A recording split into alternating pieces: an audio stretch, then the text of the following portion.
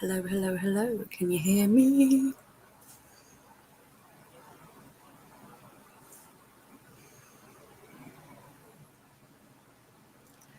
Can you hear me?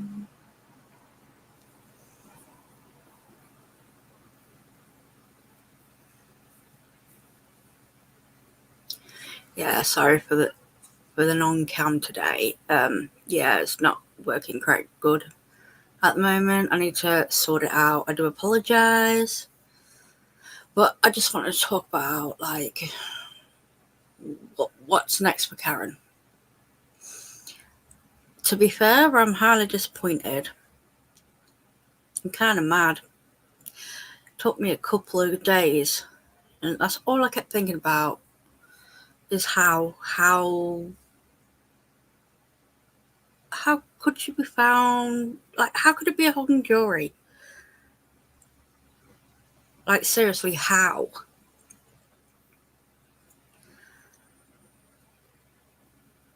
I'm flabbergasted, shocked,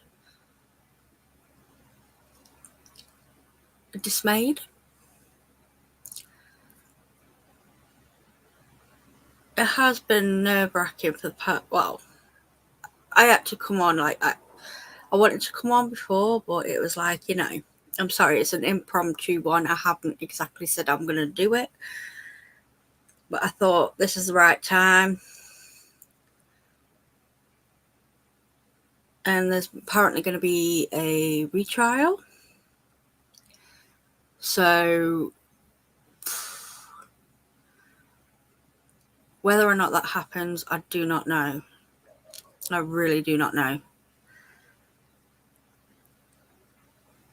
I mean, the standing motion or whatever it was, like, to see where they're at, is on July 22nd, which coincidentally is my first wedding anniversary. Hi, babe. So I'm watching that. But it's just shocking to me. I mean, they think it's a good thing, but I don't know. I really don't know. Today I've been watching Trial 4, and yeah, the similarities between them is so mad.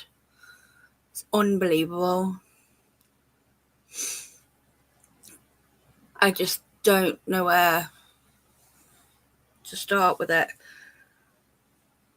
Like, if you want to look into the Karen Reid trial, look into that one. It was 30 odd years ago, and it doesn't sound like it's changed much at all. So I will be playing a couple of videos today. I just want to know how people feel about it. Like, what the hell is going on? I mean, what's got to change? Well, one, definitely, Bev, Auntie Bev, you need to go.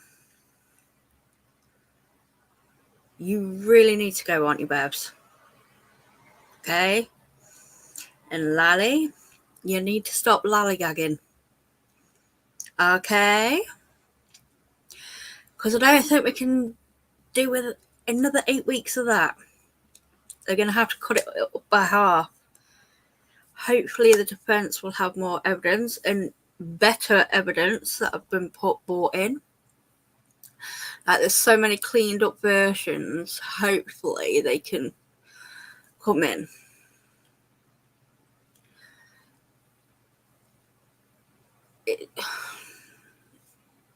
I don't want it to come to where it was for Sean Ellis, where he had he was going to have 4 trials in the same year, pretty much. I know he had 3 trials in the same year. No, 3 trials in the same year. I do apologise. I mean, for someone to go through that, it's mental. I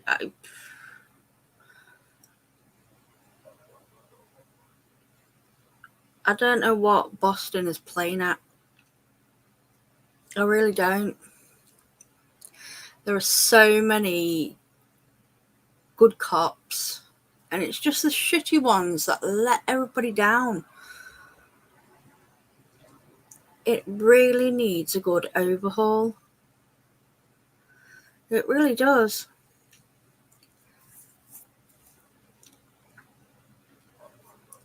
I'm just... How is everybody else feeling? I mean, can you imagine how the jury is going to be when they find out what's been happening? Surely some of them should have known by past experience what the police force and prosecutors are like.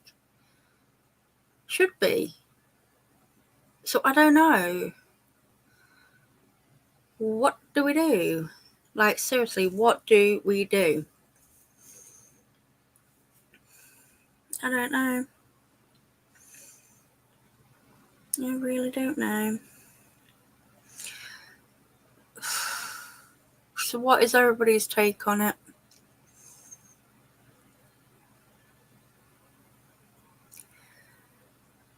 Like I said, I'm flabbergasted.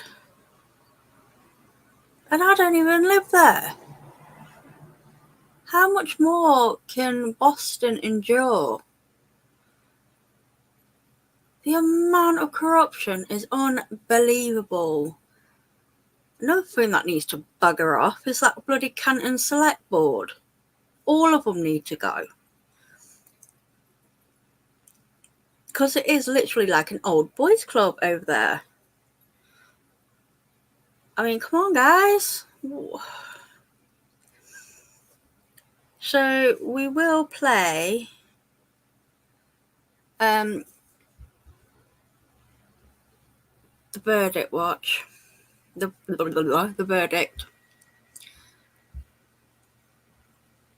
So Luke, see. Let's go for the verdict. There we go. Let's see what. Yes. So we'll bring them in.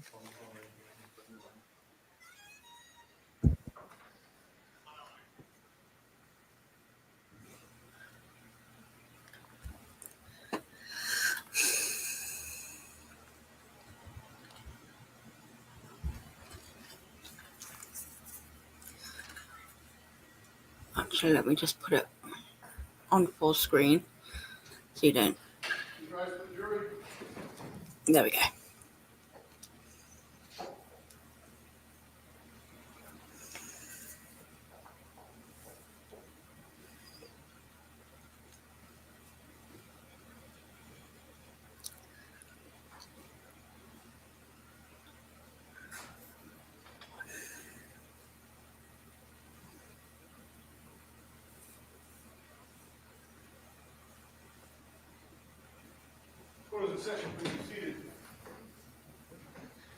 All right, Mr. Foreman, I am in receipt of your note.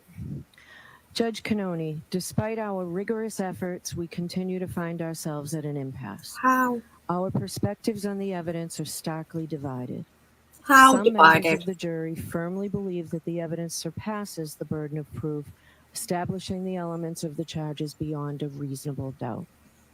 Conversely, others find the evidence fails to meet this standard and does not sufficiently establish the necessary elements of the charges.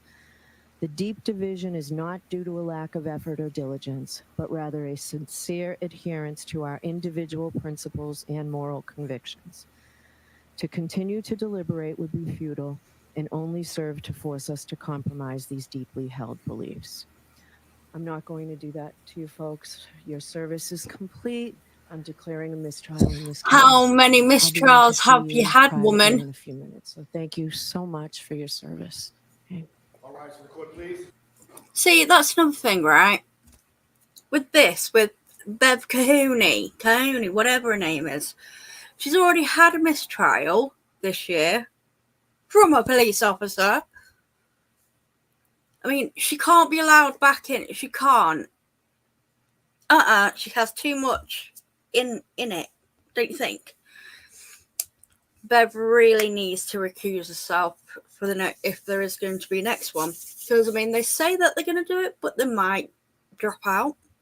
We don't know. I'm just... I mean, how can Morrissey want to redo it? Any under, like, scrutiny right now, investigation. Like, how? I know I keep saying how, but how? I really don't know. I know it's like a sort of victory for her, but she's in limbo. Karen is in limbo. She really needs to be exonerated. Excuse me. She really needs to be exonerated. Like, seriously. This should never have gone.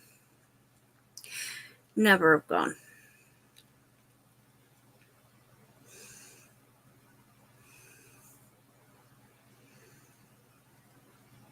Ay.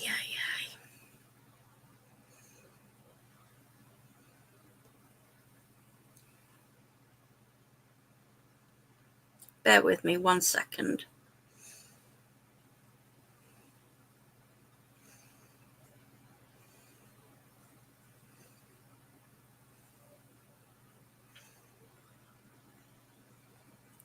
One second.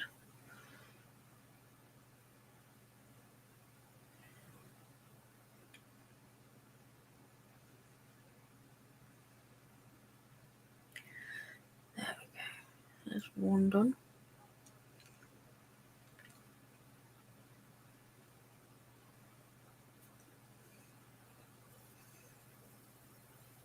Here done. One more.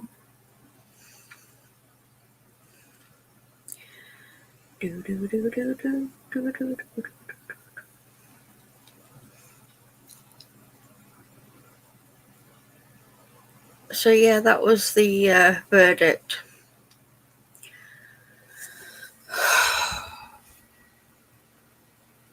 I mean, she's got to pay for this as well. How much is this going to cost her? There's too much corruption.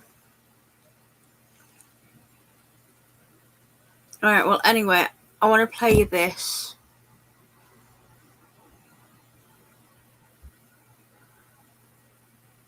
Okay, then we'll stop that one. Let's share this one.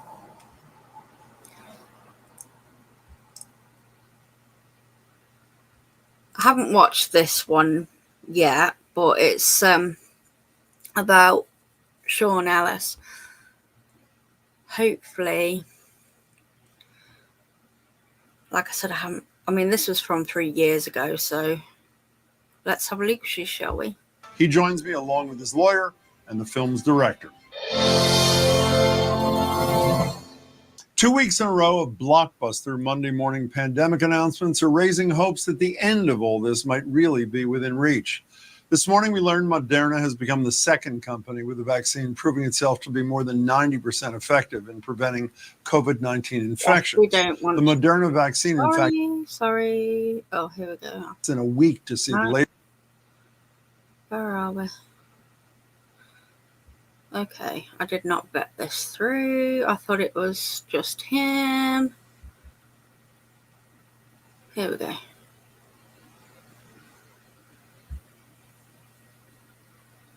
Stop spinning.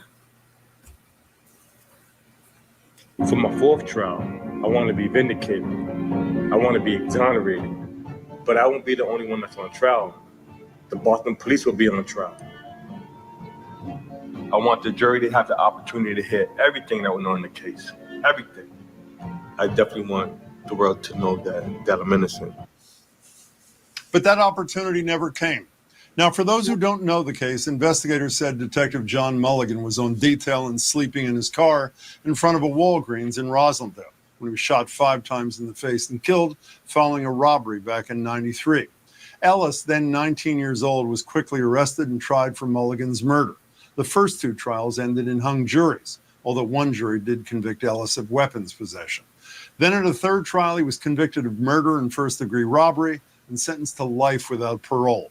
But later, two Boston police detectives pivotal to the case against Ellis, Walter Robinson and Kenneth Acera, pled guilty to corruption charges. And a third corrupt cop got immunity in exchange for testifying against the others, casting new doubt on witness testimony and physical evidence they'd found. In 2015, his murder conviction was overturned. Ellis was released on bail and a fourth trial ordered. But then in 2018, prosecutors dropped the charges. And while that made Sean Ellis a free man, it also meant he never did get that fourth trial and his chance to prove his innocence in court. Exactly. You should have heard what they were saying. They wouldn't completely exonerate him. They were like, yeah, you know he's guilty, but we have to drop the case because there's not enough evidence. And that's what worries me with Karen. Because these are Boston police officers, corrupt Boston police officers, and it hasn't changed. It hasn't changed one bit in over 30 years. They would try and get her on something before it goes to trial. I can actually see that. So he's taken his case directly to the public instead via Netflix, where he and his lawyers lay out what happened in '93 and everything they've learned since, along with witnesses, jurors, police officers, journalists, including some clips from this show and others at GBH. I'm joined now by Sean Ellis, his lawyer Rosemary Scapicchio, and the series director Remy Burkell. Welcome to all three of you. Congratulations. It's a really powerful film. Thank you. Thank you. Sean, why'd you agree to be the subject of an 8-hour documentary? That's an amazing question. There's a problem in this country, and when I think about what is going on with Black and brown people within this criminal justice system, with mass incarceration, police brutality, things of that nature, it's there needed to be something that shed light on the injustices that are faced by us as a people. And so that was really at the heart of that decision, because it isn't about Sean Ellis. It's about those who are continuously being victimized by the criminal justice system. Remy, what drew you to Sean's story? Well, first of all, we just want to know that we're a whole team. I mean, there were several people who were drawn to Sean's story. Allison Luchak and Ben Travers, amongst others, were the producers who came on this. Who found the story originally. It's a story that had just so many incredible storytelling elements. I mean, Sean's story, the Boston police story, the corruption, things we learned through Rosemary as well about how all this was hidden, how documents were hidden from the prosecution for so long. And so you look at this story, and then you look at this also. You look at this young 19-year-old man who was accused of this horrendous murder. I mean, the murder itself is horrendous. It was an execution-style murder. 5 bullets in the face, and the fact that this young man was accused after he went to the police spontaneously and said, "I was just there buying diapers." And he could have been a witness, and suddenly he becomes, the perfect usual suspect. So all those elements said, "Wow, this is just a very strong story." So, Rosemary, I see that Sean jumped into it. Obviously, Remy did too. I assume the one with the reservations was the lawyer. Am I right, or were you totally into this too? Right. As a criminal defense attorney, I didn't want anyone following Sean or having any access to him, especially without me being there. But, Sean and I had a long conversation, and he thought that it was important to tell this story. And I thought it was important to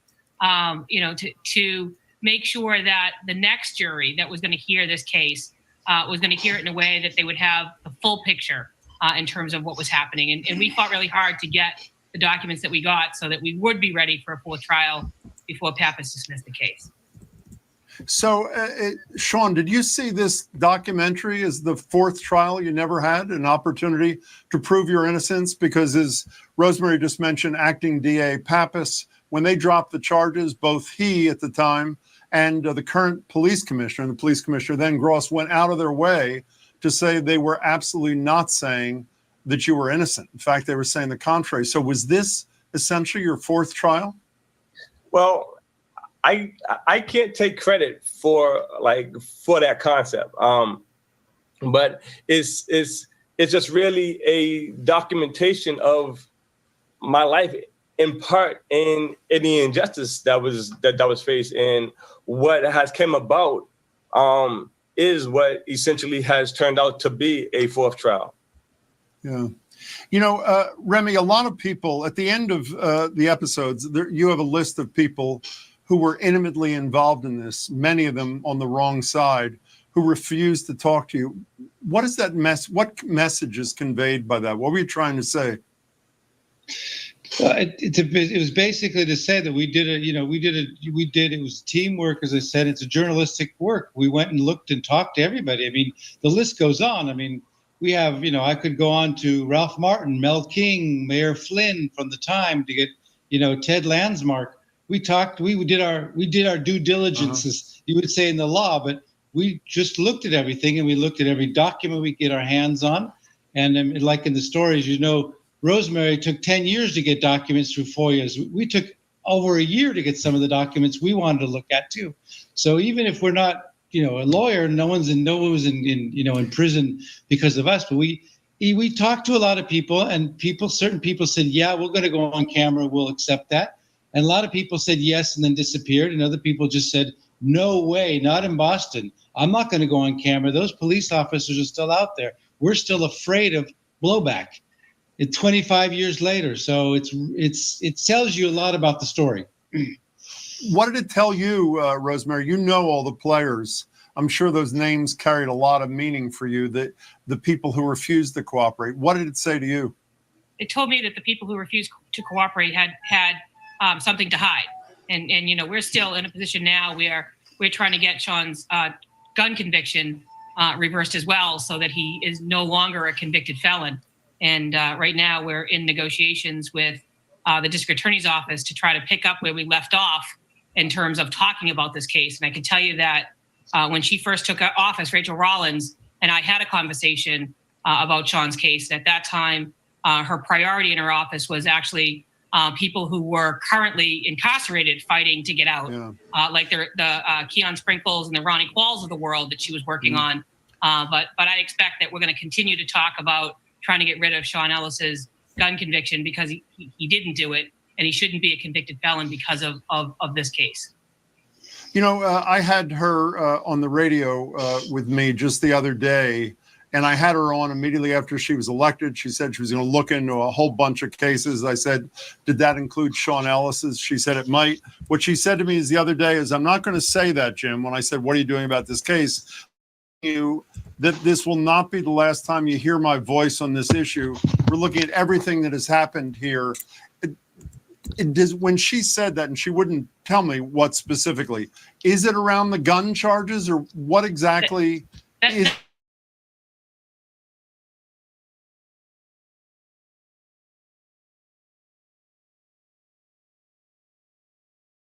To get him out from underneath the gun conviction, and that's what we're working on now. And like I said, we had talked initially when she took office, and she was busy working on other cases where people were still in jail for having not committed a crime, and that was her focus. And now I think that she's more focused on what's happening with Sean, the injustice in the system, and the way that her office was portrayed in trial 4 was horrific. I mean, because it was true. So do you have hope? So Rosemary, do you have hope that she could ultimately declare exoneration for Sean? I think she could. I don't know if she will, but I think she could, based on all of the evidence that's been developed in this case, and to give Sean the opportunity to not be a convicted felon, go and live the rest of his life as the person that he is, and not drag that ball and chain around with him on this gun conviction that we all know. You either believe he did it or you didn't. And there is no in between. There's no gray area here at all. Do you know who did it, Rosemary? I do not. But I know no one's looking for them. So that's a problem. Sean, I know you're sick of me asking this question. Every time you're here, I ask you the same question because I can't believe your answer, which is you spent 22 years of your life in jail for something that you say relentlessly you did not do. I always ask you, why are you not, even your mother in the film says he's not angry. Why are you not angry that half of your life was taken away for something you say you didn't do? So allow me to explain this. Like, it's not that I'm angry. It's not that I'm not angry, Jim. It's when I watch the documentary, it's like there's feelings inside of me that arise. But what I'm saying is, what does it do to serve? Like, how would it serve me to walk around angry and bitter and just weighed down? Like that isn't who I am as a person. And so, like, to do that, then what? You're a better person than me, Sean Ellis, but I guess that's pretty obvious. Hey, Remy, what do you want the viewer to take? I'm sorry. Go ahead, Sean. So, Jim, like, let me say this. When you walk around, like when you're upset, can you envision yourself walking around feeling that way for the rest of your life? Like that's a heavy reality to walk around with. Yeah. And like I'm making a conscious decision to try to work on and heal myself from the inside out. It comes through, Sean. Quickly, Remy, we're short on time. What do you want people to take away from these 8 hours? I would like them to take away what Sean is talking about and what Rosemary is talking about, that they're, people can change. People can, you through their votes, they can actually change. They can vote in a new DA who's going to be progressive. They can vote in a new president. And I want them to, this is Sean and Rosemary's. I'm a conduit through which we're going to tell a story of injustice, systemic racism, and a system that just didn't work for this man. And that's what I want them to take. And this is Sean and Rosemary's story. I just want them to really live that story. Yeah, and emotionally live it, because it's an emotional story. I was watching episode 8 with my family just a little while ago in France, and I'm still in tears. It's just when Pappas and Gross got up there and said what they said at that dismissal, I had to go to tears. I mean, it's a great moment. Sean's free, but he's not exonerated, and that's just so damn unfair. It's really unfair, and I want people to get it. People are getting it. That's it.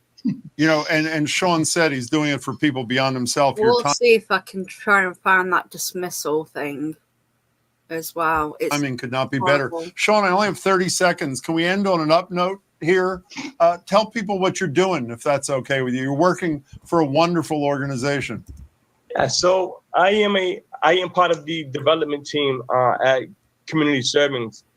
Community Servants essentially is a nonprofit organization that provides medically tailored meals for the sick and infirmed. And so I shouldn't be saying too much without authorization, but it's a great organization. Right now, we're actually in a major drive called Pie in the Sky. And so you can go on our website at communityservants.org and purchase a pie for a client, and you can select me as the seller. Hey, Sean, I ordered 2 pies while I'm watching the film yesterday, so I'm all covered. And by the way, Sean just got a promotion. He's too humble to say it. Rosemary Scapicchio, Remy Burkell, and Sean Ellis, thank you. And I urge everybody to watch every minute of those 8 hours. Thanks to all 3 for being here. Thank you, Jim. Thank you for WGBH. Thank you very much. All right. Now watch this. Once this ads go.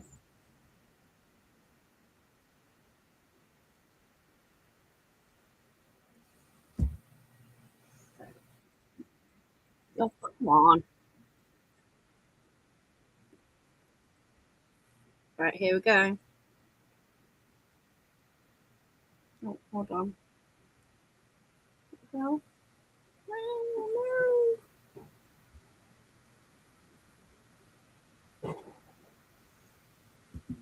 Escape. Oh, hold on. 1 second. 1 second. I will get one. Would help if I actually put it on there.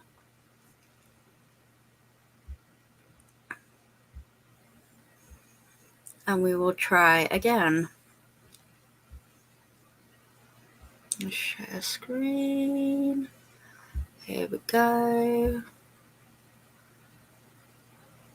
Police Commissioner William Gross, First Assistant District Attorney Patrick Hagan, Chief of Homicide Assistant District Attorney Edmund Zabin, and This Deputy is Chief when of Homicide Sean gets a dismissal. Assistant District Attorney Mark Lee. In 2016, the Supreme Judicial Court affirmed a judge's order granting a motion for a new trial in the case against Sean Ellis. Mr. Ellis had been convicted of murdering Boston Police Detective John J. Mulligan during a 1993 armed robbery with his co-defendant Terry Patterson. His convictions for possessing the murder weapon and Detective Mulligan's service weapon, which was stolen from his body, remain undisturbed to this day. The trial evidence and testimony in 1995 proved Mr. Ellis's guilt beyond a reasonable doubt. Jurors at the time called the case against him overwhelming. But the passage of more than 2.5 decades has seriously compromised our ability to prove it again. For this reason, my office will file paperwork today ending the prosecution of Mr. Ellis for first-degree murder and armed robbery. 2 major factors contributed to this decision. The nature of the evidence has not changed in 25 years, but the strength of it has declined with time. Moreover, the involvement of 3 corrupt police detectives to varying degrees in this investigation has further compromised our ability to put the best possible case before a jury. As the SJC noted 2 years ago, Mr. Ellis was near the scene of the crime moments before it was committed. He fled the scene in its aftermath, and he possessed the murder weapon in the days that followed.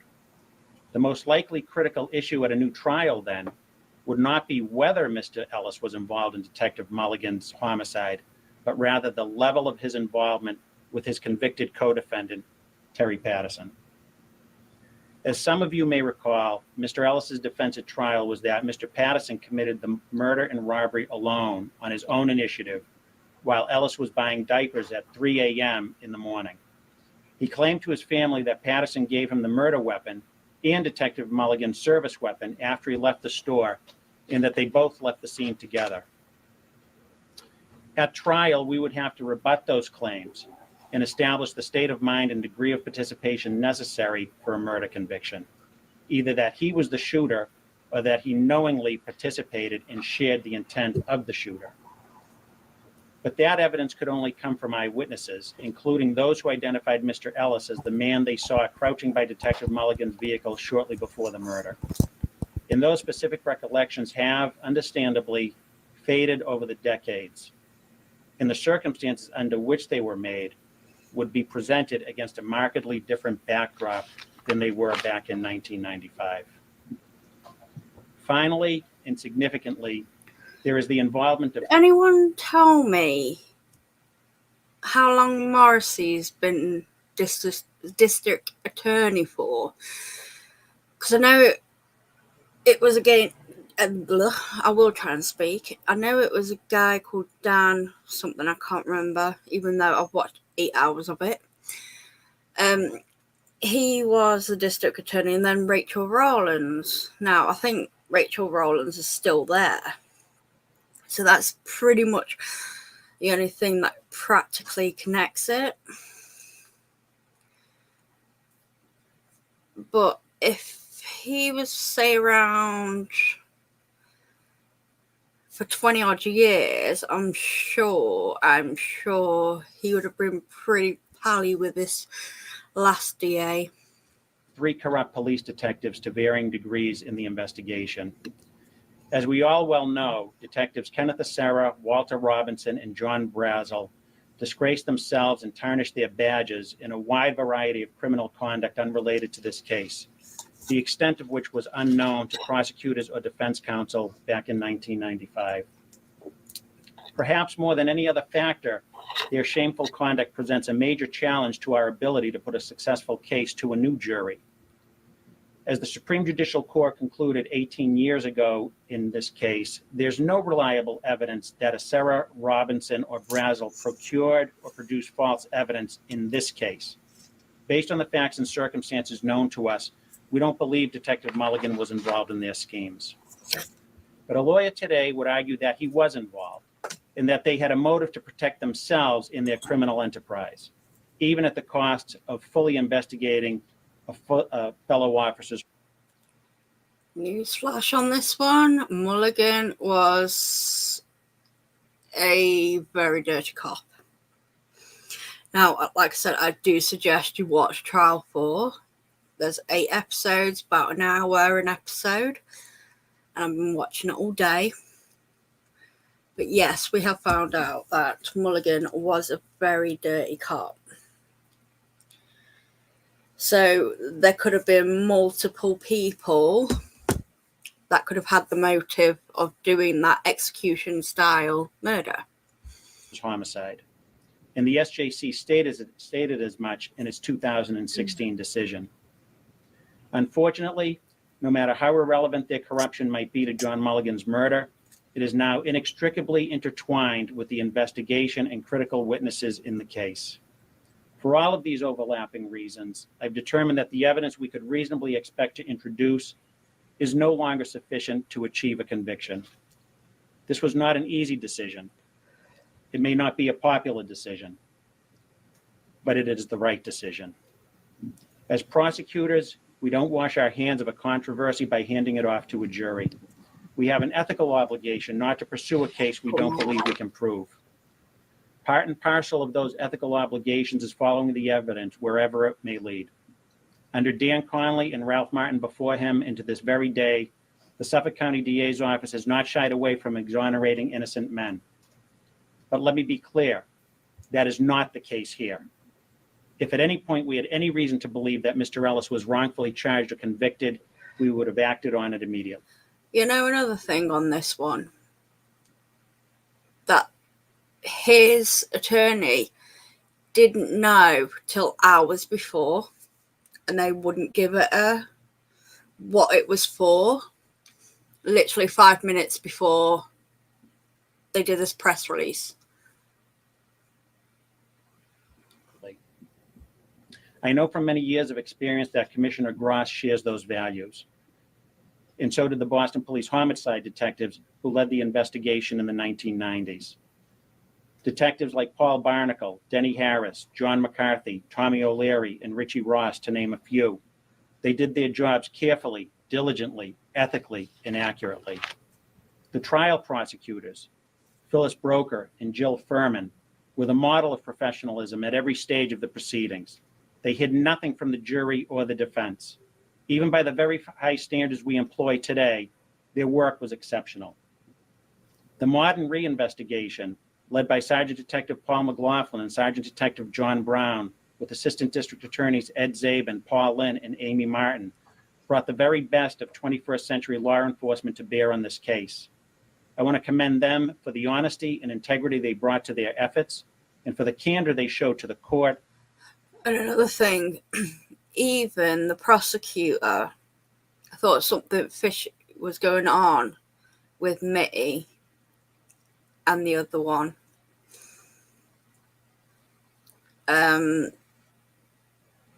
Because the exceptional witness, the star witness, this was basically on ID. She saw him there and whatnot. Do you know what happened? She actually picked out 2 other guys before picking Sean. And when she picked out the second one, the 2 detectives that were convicted actually had basically 2 or 3 minutes alone with her in a car.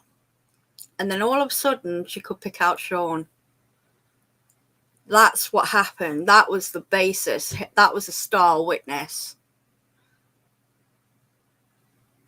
Hence why people think that they have said something to her. And the other detective, as the name escapes my mind, he was actually going out with her auntie, this witness, and they had a kid together. So it's all familiar ties as well. I mean, doesn't it sound a bit familiar? And opposing counsel. Their goal was to find and prove the truth, whatever it might be. In the 25 years since Detective John Mulligan was murdered in cold blood, not one piece of evidence developed by prosecutors, defense counsel, or anyone else has pointed to anyone but Sean Ellis and Terry Patterson. Of all the people in all the world who might have killed John Mulligan, only they were present at the time and place he was killed, by their own admissions, supported by eyewitnesses and physical evidence. They fled the scene in Mr. Patterson's distinctive vehicle, and they stripped that vehicle of its identifying characteristics when a witness description was. Yeah, and another thing on this one is they did this hours before, like, they notified that they were going to do a press release on a case so they could control the narrative. So they could say at first what they wanted to say. They wasn't going to exonerate him at all. They still think he did it. Released. The murder weapon was recovered near Mr. Ellis's house with a fingerprint on its magazine that came back to Mr. Ellis's girlfriend. With it was Detective Mulligan's service weapon, stolen from his person. In fact, Mr. Ellis and Mr. Patterson were only tried separately because each of them blamed the other for committing the murder alone. Sean Ellis served 22 years for the murder of Detective John Mulligan. His friend and co-defendant Terry Patterson served 12. In a case of cold-blooded murder, the execution of a uniformed Boston police officer, those sentences are frankly insufficient to most, if not all of us. But we as prosecutors must operate always and unfailingly through the evidence that we can prove. And the state of the evidence today makes it very unlikely that we would prevail at a new trial.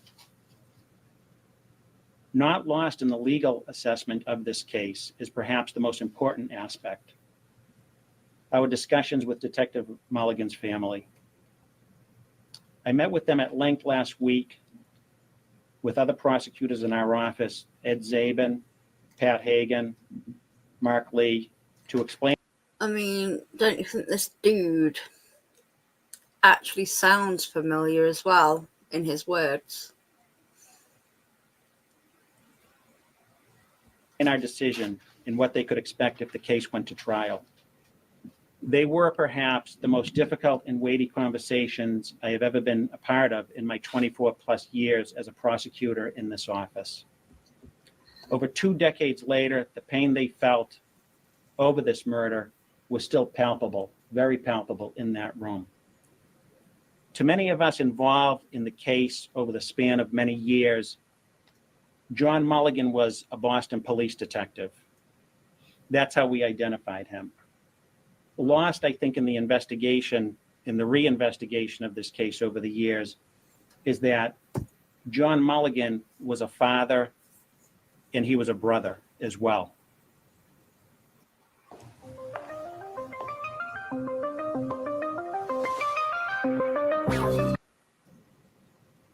They were disappointed, as any family would be after enduring what they have, but they too, with incredible dignity and grace, understood the outcome and the decision that we arrived at.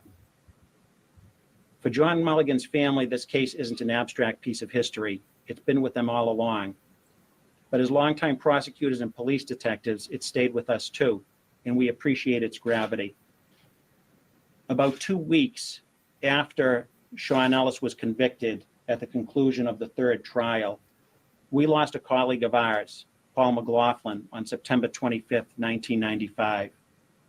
And for many, many years, through this past September 25th of 2018, we've attended a church service memorializing Paul McLaughlin so that his memory will endure with us. And I can tell you this personally, I've never attended one of those memorial masses for Paul McLaughlin without thinking of the murder of John Mulligan. This was, as I said, an incredibly... Well, if he died on September 25th, Mulligan died on September 26th? I would have thought they would have had it together. difficult decision. But for the group of us involved and me directly responsible for this decision, I feel very strongly that we're uniquely qualified to make it, based only on the facts, the circumstances, and the law. Thank you. Turn it over to Commissioner Gross. Thank you, sir. Good afternoon, everyone. On behalf of Mayor Walsh, myself, and the men and women of the Boston Police Department, we would like to first reach out to the detective's family. As you stated, he's a father, he's a brother, and a son. It was with heavy heart that we had the discussions with the family for this final outcome. As you heard the district attorney state, Sean Ellis is culpable, but it's been over 25 years, and this new case would be based on the strength of the evidence. And with that being said, I wholeheartedly agree with the district attorney. And Mr. Ellis has every constitutional right to ask for a new trial. But again, what does the evidence look like after 25 years? The witnesses and the strength. It's a cop-out because a few weeks after this, when this was done, Rachel Rawlins became DA. And she had a different outlook. She was looking into it. Hence why the speedy sort of dismissal. And the decision was based upon that. It wasn't Not based on that. innocence at all. I'd like to thank everyone that worked so hard on the cases in the past and up until current. All of the folks under the district attorney's office, as well as the Boston Police sergeant detectives and detectives. Again, this was a man who lost his life. And as we know, here in the Commonwealth, no matter a police officer or not, we will prosecute to the fullest, but we all know prosecutions, trials, all depends on the strength of the evidence. So It does. God bless the We detective. didn't have it. And I'll leave that back to you. Any questions? Yes, please. Can you tell me, Philip Martin, WGBH in Boston, can you tell me, I have two questions actually. The impact that Rachel Rawlins might have had on your decision today. She's going to be going to take office on January 2nd. She has expressed some concerns about the Sean Ellis case. The second is you indicated that nothing was hidden from the jury, but wasn't a pack of information hidden pointing to corruption among Boston police officers? What that was hidden from the jury. Thus, Rosemary Scarpicchio's decision It was hidden. in 2015 to bring this before a lower court judge, Carol Ball, who basically determined that this information should have been entered into the record. So I'll answer the second part of your question first, and then with the first. The cases were tried back in 1995. He was ultimately convicted of first-degree murder in 1995. At that particular point in time, the level of corruption involving detectives Sarah Robinson and Brazel was not known. It was later raised. Yes, it bloody was. And to be fair, those detectives were drug detectives, not homicide, and yet they were in it. They were doing the case. Why would drug detectives be in a homicide homicide case? Because he was in with them. Are we getting it now? Like the amount of, I don't want to keep saying it, but the amount of it.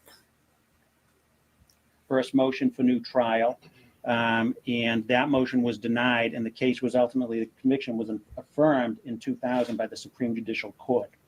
Excuse me.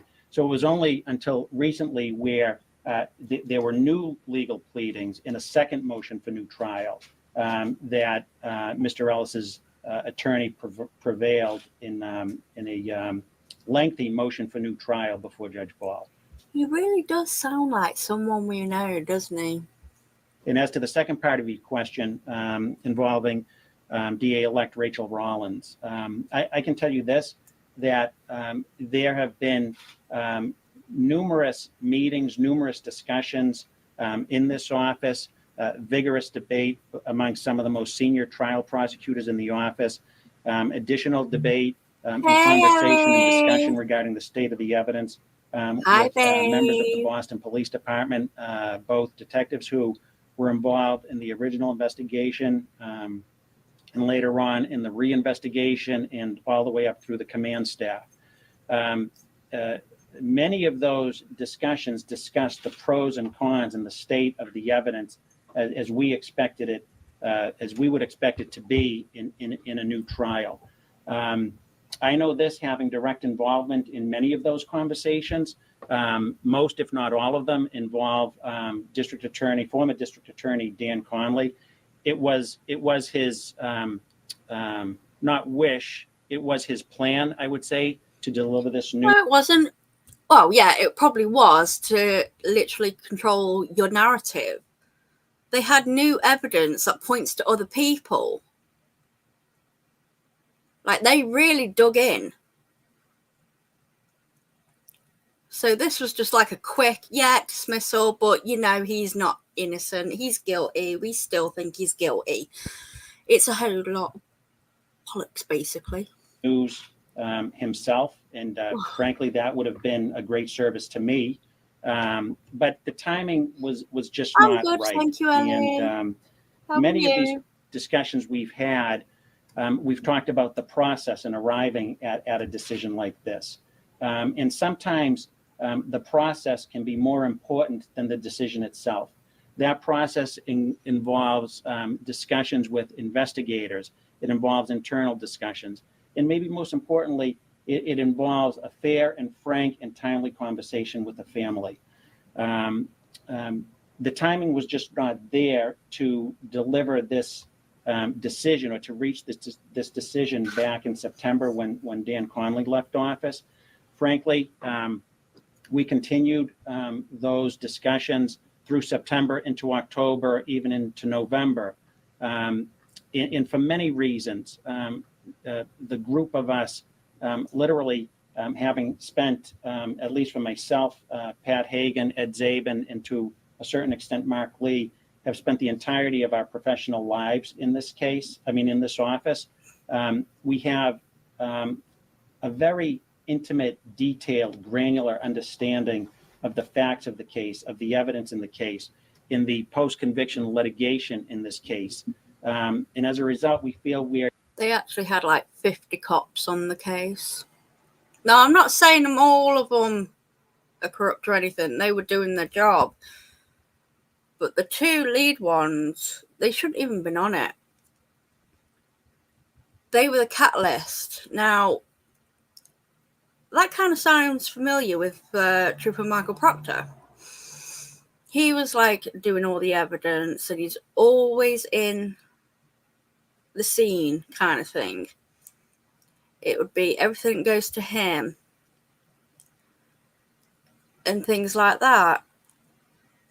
And you've just got to look at the players on this case, in Karen's case, and how similar they are. In a unique position to make this decision. And frankly, I don't think it would have been fair to kick this can down the road, although that would have been the easy thing for a lot of us to do, and to just leave it for DA-elect Rollins to make this decision as one of possibly her first decisions as district attorney. Thank you. You mentioned the passage of time and that affecting the evidence. Can you further elaborate on what that means? Are you talking about witness testimony? Witness testimony, witness testimony, and the involvement of a Sarah Robinson and Brazel at key points of the investigation. So, look, 25 years is 25 years. We face, incredible challenges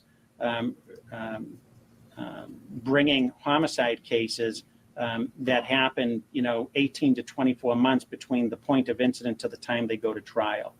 In this particular case, there were critical witnesses who made a critical witness who made an identification of Ellis at the scene.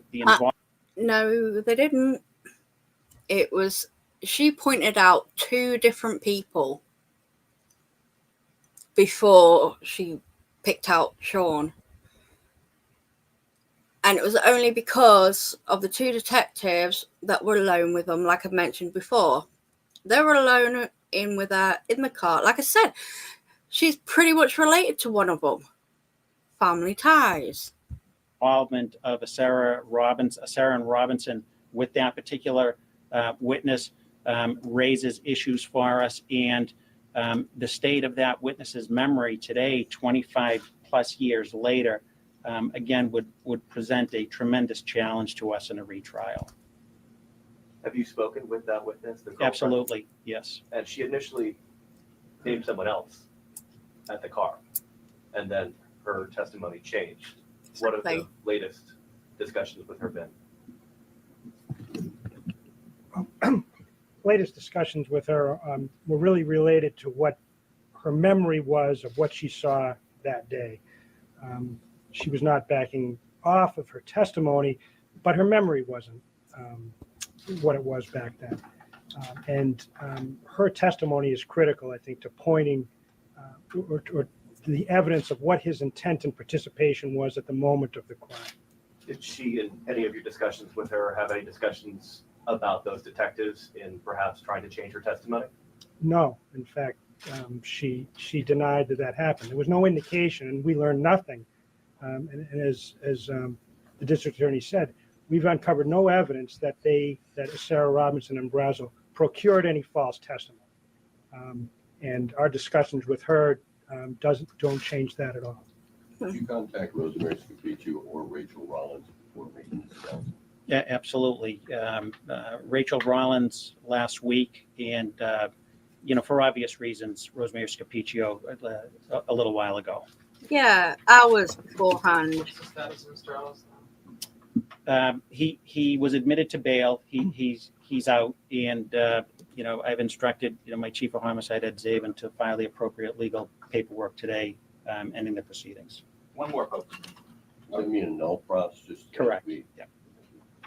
Just really quick question. All due respect to Detective Mulligan, he had a reputation on the streets that wasn't exactly that required, but he, in fact, at times, many on the streets said he was connected to corruption.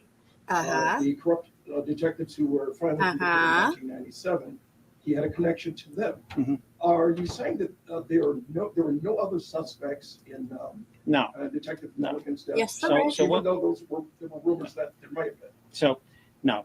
What we were looking at in arriving at this decision, the allegations of past misconduct by Detective Mulligan, whether true or untrue, were absolutely certainly relevant to our analysis of whether we could prove the case. Okay, but our primary focus on whether we would be able to marshal the evidence and be successful on a retrial was on 2 main factors: the effective time on witness testimony in the known corruption of Sarah Robinson and Brazel, who we know had a very close involvement in the case.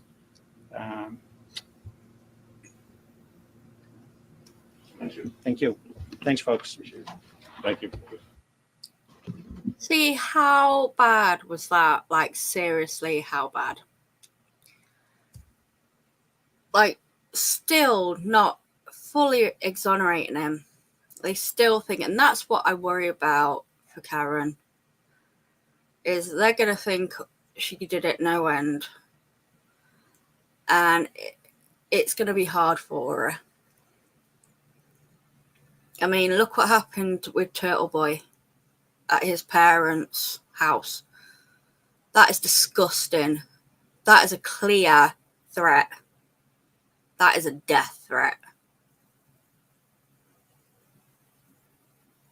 I mean, I hope they find whoever did that, because, yeah, they need to be put on blast on the internet. They really do. That is despicable. And I hope his parents are all right on that one. Because they keep saying the Free Karen Reid movement are mobs. They're there to cause crap and all that. But no, they're there. They're peaceful protesters. They're not protesters, they're supporters. They're supporters of Karen. Without Tom CPU out there every single day on the front line, you wouldn't find it. And you just look at them. Mainstream media has a big problem. Like, really serious big problem now.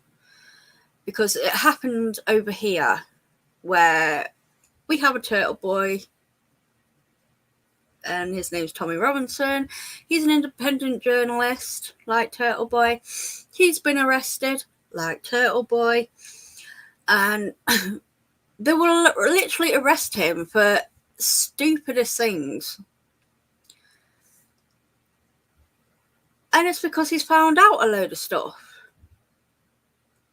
Like with the Met Police and whatnot. And it really does my Sweden. That this is happening all over. I mean, like, I watched Trial 4 when it came out. I think it was 2020 when it came out. And maybe subconsciously, I followed the Karen Reid trial through that because it sounds so similar. It's really eerie. And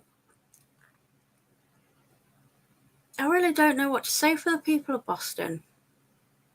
I really don't. Massachusetts. The whole of Massachusetts. It's like, it really is like a big old boys club. But I just hope through this she can get justice. And we can get justice for John. Because if the FBI are involved, then I'm sure they've got more evidence. I'm hoping they have. I'm hoping if it does get retried, that the defense have held some back, because I think they may have held some back. And I hope they can use the cleanups,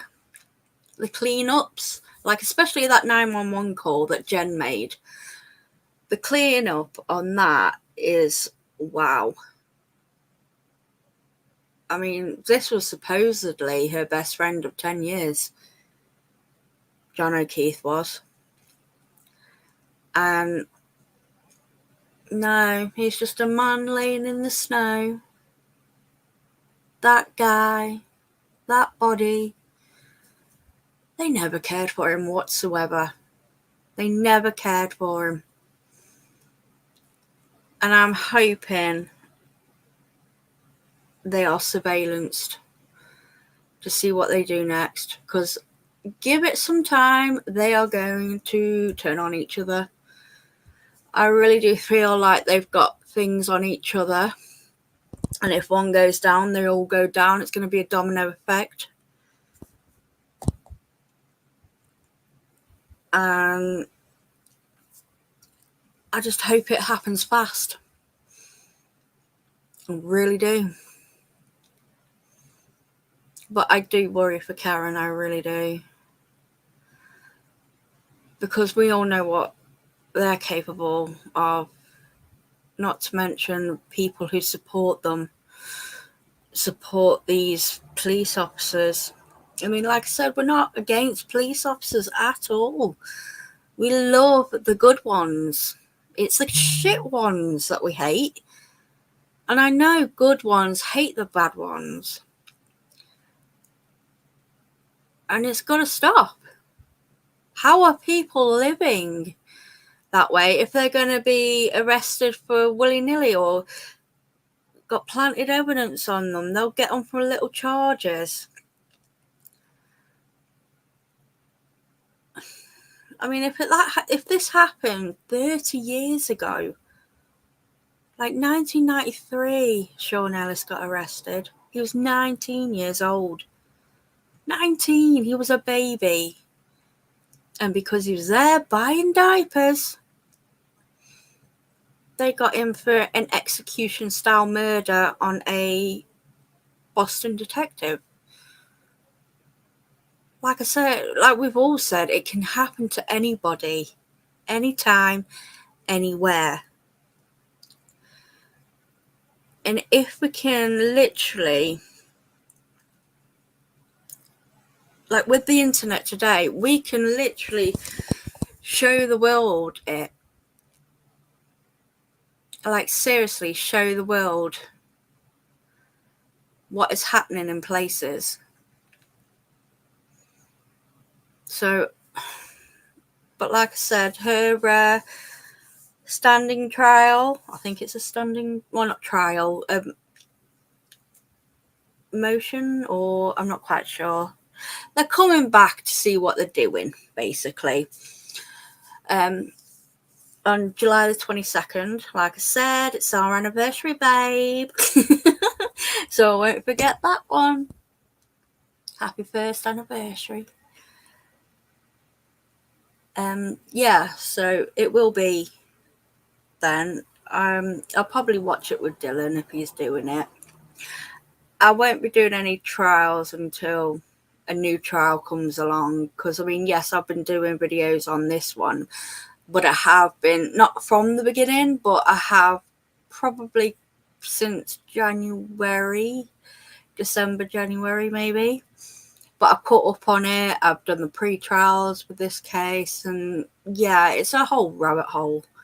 It really is. But I do think, like I said at the beginning, Bev should definitely not be there. She's got to be recused. Lally should definitely cut half his time. I'm hoping defense has got new evidence, which I think they may have. Actually, what's happening with the buffer zone? Because that shouldn't be on now, should it? Even though they've got, the jury is completed. So yeah, they can actually be out in the courthouse. Nice one. Make sure you're all out in force on that one, on that day. Make sure you are. But no matter where you go, until people stand up now, it's got to be that way. So, I will be going. So, thank you for listening to me blabber on. I am literally an English grandma, just sharing her thoughts. So, I will catch you on the next one. Bye.